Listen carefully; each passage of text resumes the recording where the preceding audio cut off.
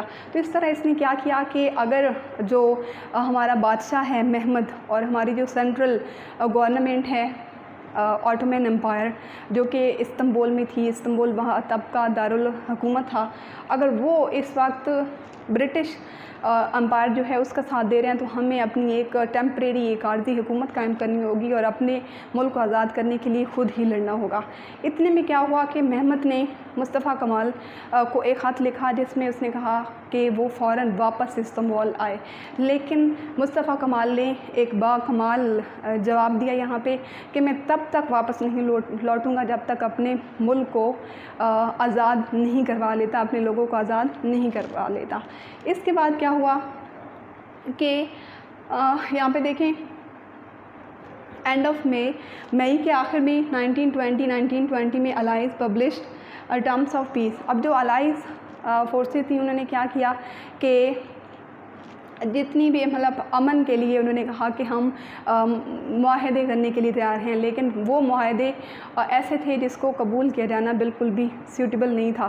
ان کے پلان کے مطابق کیا ہوا کہ جو بہت سارے ترکی جو تھا اس کو مختلف پارٹس میں ڈیوائڈ کر کے جو ہے جتنی بھی سکسیسرز تھے، جنگ جیتنے والے ممالک تھے، ان کو ڈیوائڈ کر دیا جاتا، ان کے حصے ان کو دے دیے جاتے۔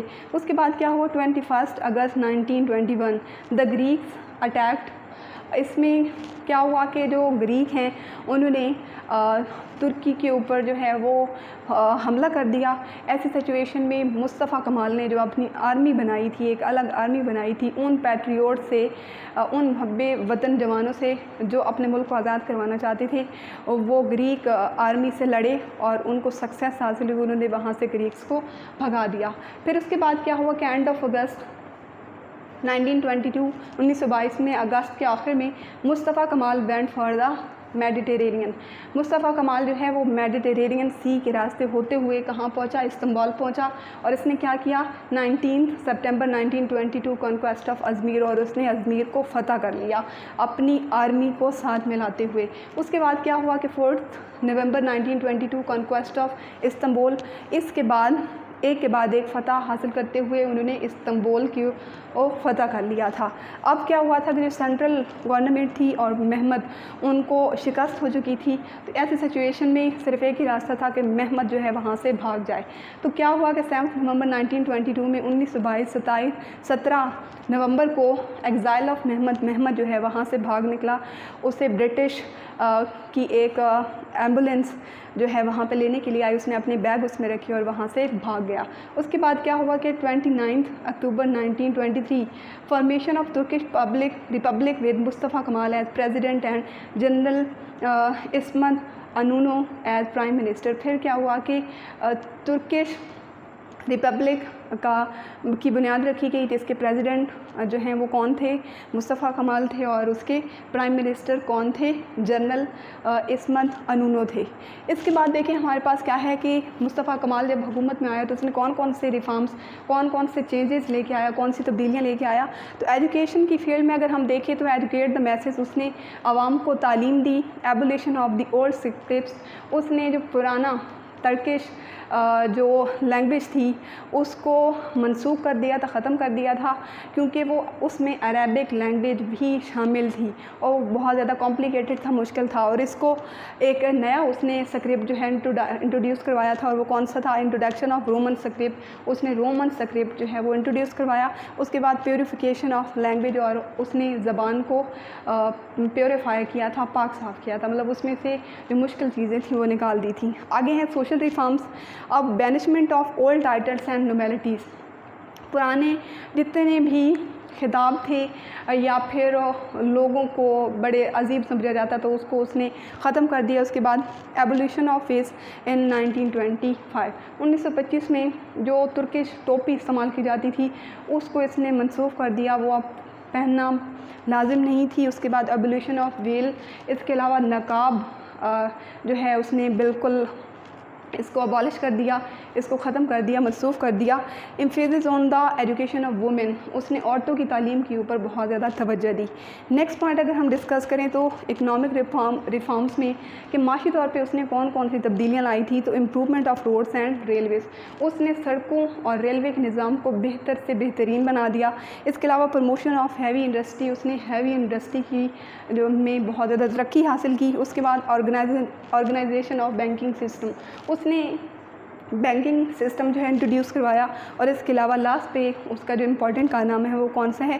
ریڈکشن ان پبلک ڈیبٹ. اس کے علاوہ جو عوامی ادھار تھے اور وہ بھی اس نے چند سالوں میں پے کر دیے تھے، اور یہ ساری جو ان کی وہاں کی کمپلیکیشنز تھیں ان کو کم کر دیا تھا. اسٹوڈنٹس یہ تو آپ لوگوں کا چیپٹر انٹروڈکشن تھا. انشاءاللہ ہم نیکسٹ لیکچر میں اس چیپٹر کے کویسچن آنسر ڈسکس کریں گے انشاءاللہ. Thank you so much.